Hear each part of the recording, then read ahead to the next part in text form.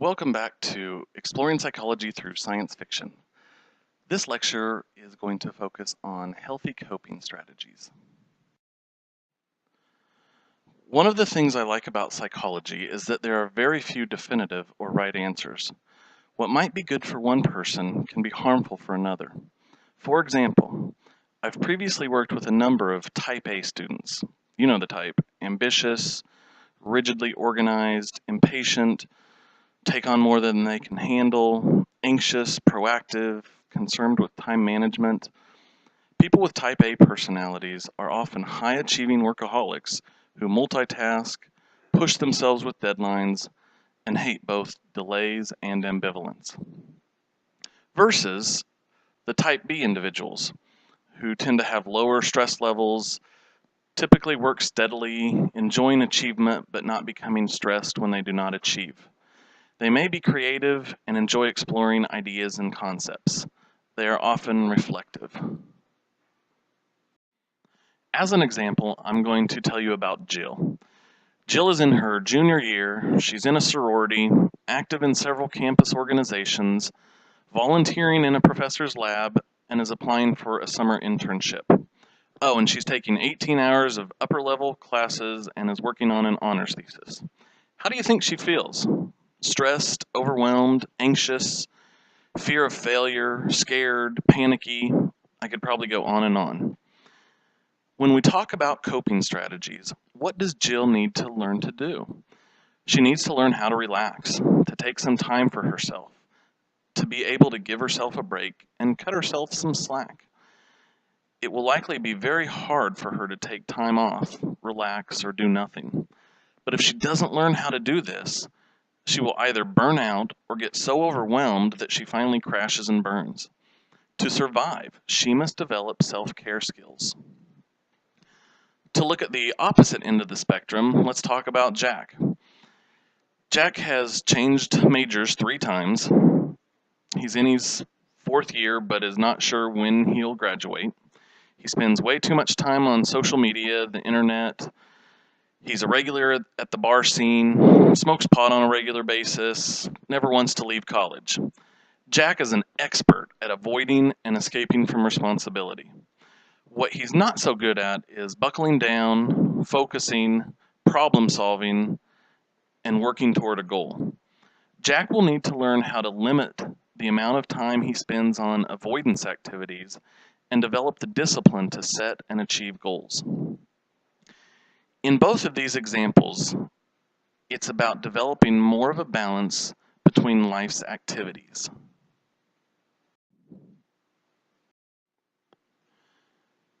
Both of these individuals need to find a balance between work and play. Jill needs to learn how to escape more often, while Jack needs to stop escaping so much. Both of these students need to learn better coping skills, but they need to learn a completely different set of skills. Therapy that is helpful for one would be completely opposite of what the other one needs. In my clinical practice, teaching healthy coping is most of what I do. Whether someone is struggling with anxiety, addiction, depression, relationship problems, or schizophrenia, they have to learn how to cope with negative emotions, stressful events, cravings, etc. The only difference is in which coping skills are needed and how those skills need to be applied. Most people cope effectively most of the time, but what works for one person will not necessarily work for someone else, and what works for a person in one situation will not necessarily work for them in a different situation. Problems occur when people start limiting the coping strategies they use. When I'm stressed, I always what? Drink, hook up, exercise, play video games, sleep, eat, watch TV, smoke, read, talk to others, lock myself in my room. There's any number of both helpful and harmful ways that we cope. But it becomes problematic when we start relying on the harmful ones. Therefore, we all need to know a variety of coping strategies so that if one doesn't work, we move on to the next one and the next one until we find a strategy that works for that situation. The analogy we use is tools in your toolbox. You can't fix everything with a hammer, although that can be fun to try. Different problems require different tools. You need more than just a hammer in your toolbox. So today I want to just briefly go over some basic, simple, healthy coping strategies that anyone can use at just about any time. So today I'm going to talk about escape, exercise, talking to others, relaxation, spirituality, positive self-talk, and problem solving. First of all, escape. I think we've covered this ad nauseum. Escape is very effective as long as it is temporary. Now let's talk about exercise. So much research has been done on the effects of exercise, and actually it's one of the most effective treatments for a variety of problems. For depression, exercise can be just as effective as medication for lower levels of depression. The mechanism is that it releases endorphins, which cause feelings of happiness and euphoria. So it's going to make you feel better. Exercise reduces stress. It also releases norepinephrine, which moderates the brain's response to stress. It helps minimize the reaction to stress, but it also strengthens those synapses and helps keep the brain intact. Exercise helps with anxiety. First of all, it can break the feedback loop between physiological and cognitive symptoms. By that, I mean that anxiety feeds on itself. For some people, it's all about what's going on in their brain, their thoughts, worrying about stuff, catastrophizing, constantly thinking about things, not being able to shut their brain down. But for others, anxiety presents as more physiological. The racing heart, the sweatiness, the clammy palms, the rapid breathing. But when someone has anxiety on a regular basis, both of those sets of symptoms start getting tied in with each other. So when my heart starts racing, I start worrying. When I start worrying, I start sweating back and forth. But exercise, with the release of those chemicals, as well as just putting our body through a workout, helps slow all of that down and helps break the cycle. Exercise helps with addiction. Exercise also releases dopamine, which is the primary neurotransmitter involved in the reward pathway. If I'm an alcoholic and I'm not drinking, at some point I'm going to start feeling cravings. I'm going to start really wanting to drink. Exercise will release enough dopamine that it will limit how powerful those cravings can be. Plus, it distracts me, so I'm not just sitting there thinking, I want a beer, I want a beer, I want a beer. I'm out saying, oh my gosh, I'm so tired, I'm so tired, I'm so tired. Exercise also helps with insomnia. If you exercise a few hours before bedtime, it gets your body all revved up. But then once it starts return to its normal rest state, after you're done exercising, the body just naturally thinks, okay, it's time to sleep now. I'm worn out. Exercise helps with energy. Regular exercise results in more energy and more productivity. And just another one that I want to mention is that exercise improves cognitive functioning. Cardiovascular exercise, getting that heart rate up, can create new brain cells. It can also prevent the degeneration of the hippocampus, which affects memory and learning. So exercise has so many different benefits, but it can also be just a very quick, easy, effective way to deal with all of these different problems.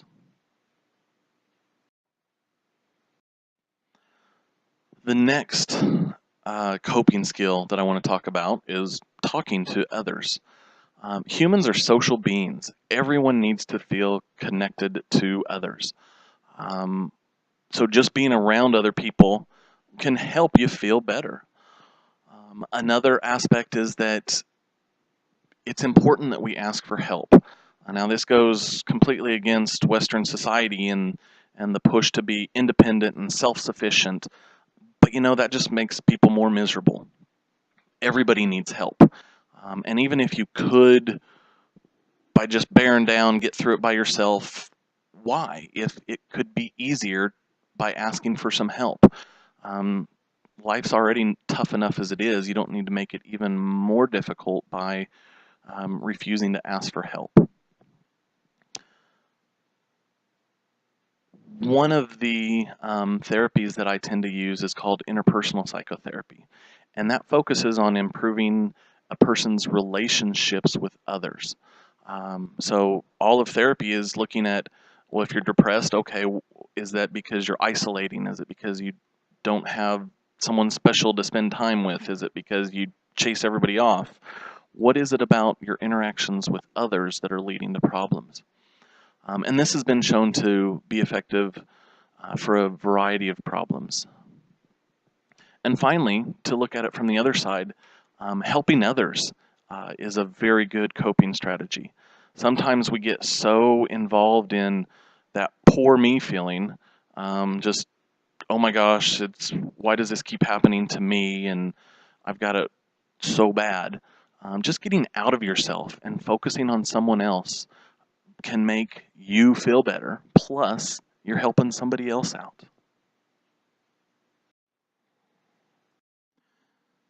The next coping strategy that I want to talk about is relaxation. Now, if we can reduce stress, um, it's going to decrease risk for both mental and physical problems. So, learning to reduce those levels of stress, usually through relaxation, has both immediate and long-term benefits. Um, and there are a variety of ways that people can relax, and that's really an individual uh, difference, an individual choice for whatever seems to work best for you. Lots of people use meditation. Another thing that is crucial is self-care, just taking care of yourself, giving yourself some time to relax, to unwind, rather than just jumping from one thing to the next. Another thing that can really help with relaxation that's very quick and easy to do is controlled breathing. Now, I've put a handout for you up on Blackboard. So pull that out, and we're just going to go through this real quickly. When you learn to control your breathing, you'll find that it's much easier to control your emotions and calm down. Um, but to do this correctly, you need to have good posture. You need to be doing it in a particular way. So let's just walk through that real quick. Make sure that you're sitting comfortably in a chair, both feet on the floor and arms at your sides. Place one hand on your belly, just above your belly button, just below your rib cage, and put the other hand higher up on your chest. Now, when you breathe in, the hand on your stomach should move out or up, and when you breathe out, it should move back down. The hand on your chest should stay still and not move the entire time. Unfortunately, lots of times when we're not paying attention, we're doing these very shallow breaths in and out that you feel more in your chest rather than that deep belly breath. So make sure that you're focusing so that it's this deep, full body breath rather than a shallow one. And the easiest way to monitor that is to put your hands on your belly and your chest and make sure that just your belly's moving.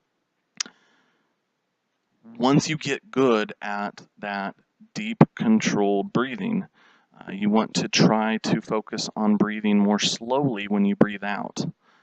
So the breath in comes quicker, and then do a nice, slow breath out. You can count while you practice just to make sure that you hit a higher number when breathing out, but you get pretty good at it pretty quickly. Once you have the hang of that, choose a word to say silently while you exhale. The goal is to try to keep your thoughts and your mind calm as you're breathing, that you're not thinking about anything else. So a good word to use is calm or relax. And just try to think only about your breathing and this word. So as you're breathing in and out, you're just thinking calm, calm. And as other thoughts come into your head, try to picture those other thoughts just floating away as you exhale. You're just blowing them away. At first, this takes a lot of work, and we're not very good at it. Lots of random thoughts start jumping in the second I quit thinking about something. But with practice, you get good at just being in the moment, focusing on your breathing. And when you're stressed or anxious or upset, it only takes a couple of minutes to just go off into a corner and focus on your breathing and saying your word, calm or relax or whatever it is, and not thinking about anything else. And before long, those negative emotions have really decreased in severity. The next skill that I want to talk about is based on spirituality. Now, when we look at our best estimates for the world, 85% of the world's population is religious, and another 12.5% is spiritual. That leaves 2.5% that are atheists and don't believe in a higher power. So we're doing people a great disservice if we don't at least discuss spirituality and present it as an option. For those 2.5%, this is probably not going to be an effective coping strategy, so you just move on. Now, when I talk about spirituality, what's the difference between spirituality and religion? Well, spirituality is a belief in a higher power that's not based on an organized religion. It's your personal relationship with your higher power, whereas religion is an organized group that shares beliefs about their higher power and typically practice together. So regardless of whether you're religious or spiritual, prayer is a huge component. Just taking time to say a prayer can help us refocus our priorities, can help us look at the big picture and not sweat the small stuff. One of the prayers that I like the best that really comes out of the Alcoholics Anonymous tradition is called the Serenity Prayer. And I've put this as a handout as well, so pull that out real quick. The prayer goes, "Grant me the serenity to accept the things I cannot change, the courage to change the things I can, and the wisdom to know the difference." Now, besides just the act of stepping back and praying to your higher power, the meaning here is crucial as well. What it says is there something that you can do to fix the problem? If so, then do it. But if not, if there's nothing you can do about this problem right now, then let it go. Turn it over your higher power, move on, quit focusing on it. And if down the road something happens that you can act on, then you do that. But so this is a crucial skill to be able to say, what can I change and what is out of my control? So much of our time is spent ruminating and fighting against things that aren't actually in our control. When I'm driving down I-10, I have no control over that person in the car next to me. I have to trust that they're not going to swerve over and hit me. But there's nothing I can do about that. Now, that fear of what's that other person going to do can paralyze people. If someone's been in an accident, then it can be very tough for them to get back in there and drive again, or they start having panic attacks when it comes time to drive because they're focused on what that other person's going to do. We can't control other people, so we just have to do the best that we can for ourselves and turn the rest of that over to our higher power, and have faith that we're going to make it through. So both the act of just praying, but also making that conscious decision to say, I can't control this, I'm letting it go, is a huge skill to have. But it takes practice. It's easy to say, okay, just let it go. Well, that doesn't work too well at first. You have to practice that. You have to get good at it. When I say, okay, I'm going to quit worrying about what that other person thinks about me. Well, okay, I said that, but not a minute later, I'm sitting there worrying about that person again. As soon as I catch myself, I have to say, all right, I need to let that go. And again, 10 minutes later, there I am worrying about it again. As soon as I catch myself, I consciously make the decision again to turn it over. And the more you do that, the quicker you get at catching yourself and the better you get at letting it go. And you go for longer and longer periods of time without pulling it back up and worrying about it again. So it just takes practice. The next coping skill that I want to talk about is developing positive self-talk. Now, this is a core component of cognitive therapy, and it's based on the idea that we have these automatic thoughts. An automatic thought is just a thought that we don't even realize we're thinking, that it just pops into our head. And typically, if you're having problems with depression or anxiety or other disorders, then these automatic thoughts are fairly negative. So it may be something like, I'm worthless, or I'm unlovable, I'm incapable, I'm a failure. And it's not that I'm sitting there thinking, I'm a failure, I'm a failure. It's just that when I start out to do a challenging task, that just kind of pops in my head. Why try this? I'm just going to fail. And those thoughts can be so powerful and overwhelming that it affects our behaviors. So developing positive self-talk means that we are working to adjust and change the negative self-talk. Now, another way of thinking about this is based on a computer programming terminology, is GIGO, which stands for garbage in, garbage out. If you're sitting there either thinking or saying all of these negative things, that results in you behaving and feeling negative. So the more negative you are, the worse it gets. But it also works the other way. The more positive you are, the more you are talking yourself up instead of tearing yourself down, the better you feel. So these negative thoughts are almost always inaccurate. So our goal is to correct these inaccuracies, to change that negative, inaccurate message to a more accurate, more positive message. And the way we do that, or one way of doing that, is to focus on the 3 C's. Catch it, control it, correct it.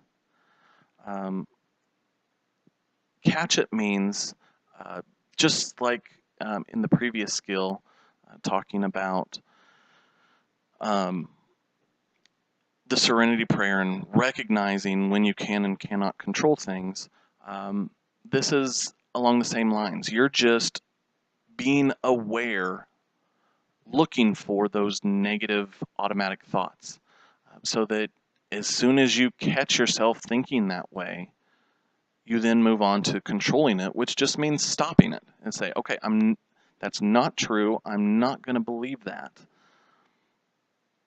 And again, it really doesn't work that well at first, but with practice, you get better at it and you start to accept that, no, this is not an accurate message. It's not real. I need to change the way I'm thinking about this. And that's the correcting part of it, is saying, I'm going to change how I think about this. Rather than thinking of myself as a failure, I'm going to focus on all of the successes I've had and how I have a very good chance of success this time as well. That I'm going to do my best and it'll probably work out okay. That's a much more accurate thought than I'm a failure. Doesn't matter. Why even try? It's never going to happen. And finally, keeping in mind that having this positive focus is as simple as making a choice. When you get out of bed in the morning, you can choose to focus on all the negatives, all the crap, or you can choose to focus on all the positives, everything that is going well. And again, the more you practice this, the better you get at it. Again, there's a handout that gives some additional information about some examples of those negative automatic thoughts and ways to correct those thoughts. Now, the last coping skill that I want to talk about is problem solving. Most of the skills we've talked about up to this point are about alleviating the stress caused by problems or learning to cope or relax or ease up on that somehow. But for just about everything out there, that's not going to fix the problem. The problem's still there. So up to this point, we've been talking about how to cope with just all of the problems caused by something. But at some point, we have to step back and say, what's the underlying problem and how do I address this so that I don't keep feeling stressed or keep feeling depressed? So we've got to get good at problem solving skills. So again, we've got a handout that you can use to kind of walk yourself through this. It's a structured format for deciding how to fix a problem. So, step one, recognize that there is a problem, that something's wrong. And then identify and define the problem. Typically, lots of times we focus on the symptoms, but we don't want to focus on the symptoms now. We want to focus on the cause. The other coping skills were more for dealing with the symptoms, but we want to get to the root of it. So if I'm feeling like the problem is I'm already behind in my classes and struggling to get things turned in on time. Okay, well, I'm stressed out because of that, but the problem is that I'm not staying on top of things. I'm not getting things turned in time. So yes, that's causing stress and anxiety and worry, but the problem is more about how I'm going about doing my homework. Okay, so the next step I've put in here is to focus back on the Serenity Prayer. And the message in that prayer is, can you take action to address the problem? If so, continue on. If not, then you've got to work on letting it go. So if you're stressed out because your professor's a jerk, there's not a lot you can do about that. So you need to let that go and focus on what you can change. And I know you weren't thinking about that for me, but some of those other ones out there. So let's say there's something you can do about this. So the fourth step is consider various approaches to take. Some ideas are to adapt a solution that's worked before. Well, what have you done previously that's helped get a handle on the massive amounts of homework that you have? Brainstorm possible new solutions. Ask others for help, or work on just changing your point of view. So let's do some brainstorming here real quick. How do I get a handle on all of my classwork? Well, I can focus on scheduling.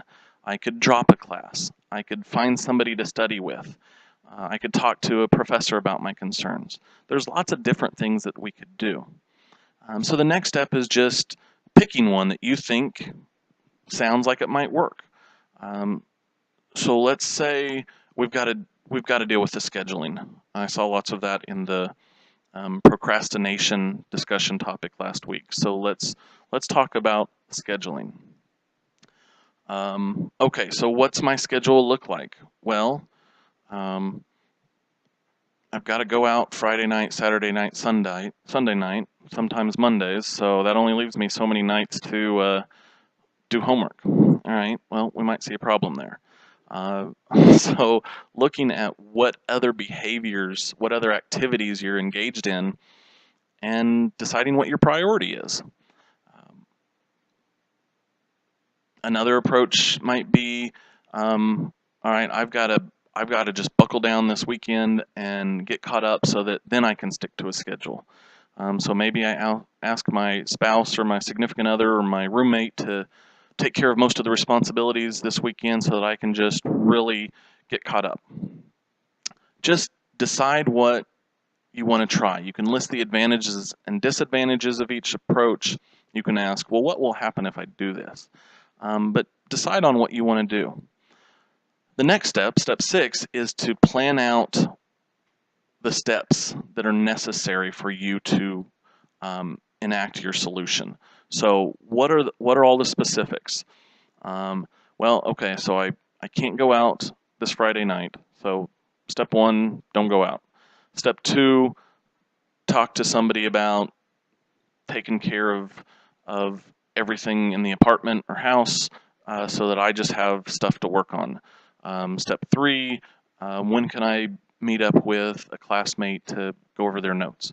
Whatever, just give yourself what are all the steps that you need to take, and set dates. Give yourself a deadline, because us procrastinators are really good at just putting this off.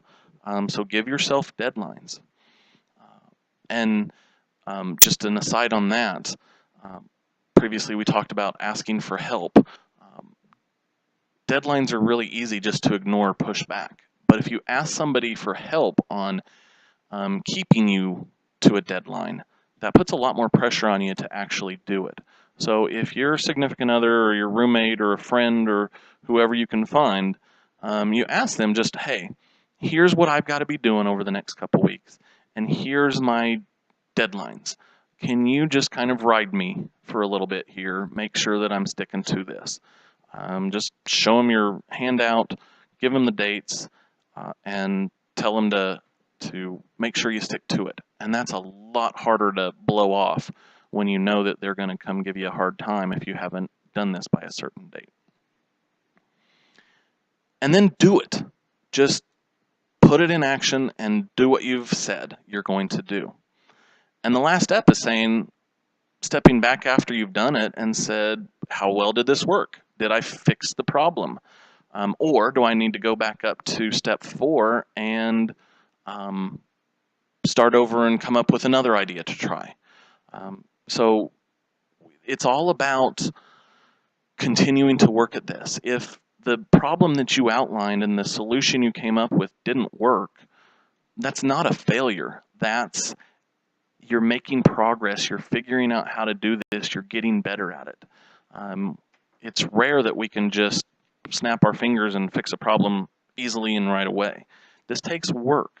If it was easy, then you wouldn't be stressed about it. You'd just fix it and move on. Problems are things that we've been avoiding, and then they're not always easy. And so don't get down if you don't immediately fix everything. Now, I've mentioned this several times already, and this is the final thought. These skills, for the most part, are fairly simple. That means there's not much to it. That does not mean that it's easy, okay? This takes work to do. All of these coping skills don't necessarily come naturally, so you've got to work at it. And the other thing to keep in mind is that when you're under stress, people revert back to what they know, to what feels comfortable, those old, unhealthy, ineffective coping strategies. I'm overwhelmed, I can't deal with this, turn on Netflix. It takes practice to get good at these new skills and continue to engage in them, especially when stressed. So cut yourself some slack and just keep practicing. Finally, just to end on an example, cross your arms. Now, cross them the other way. It takes me a minute just to figure out how to do that, and usually the first time I do it, I just go back to what I previously was doing. Okay, I think I've got it. That feels awkward. Okay, that's because this is a habit. We cross our arms the same way every time. That's what you've been doing for years. To change that, to come up with a new way of doing something, feels awkward and uncomfortable and weird, and we don't like it. But that's what we've got to work through with using these new coping strategies. Is it doesn't feel natural yet, but it's not rocket science. How do you get better at things? You practice. Just keep practicing. That's all for now. Have a good rest of the week.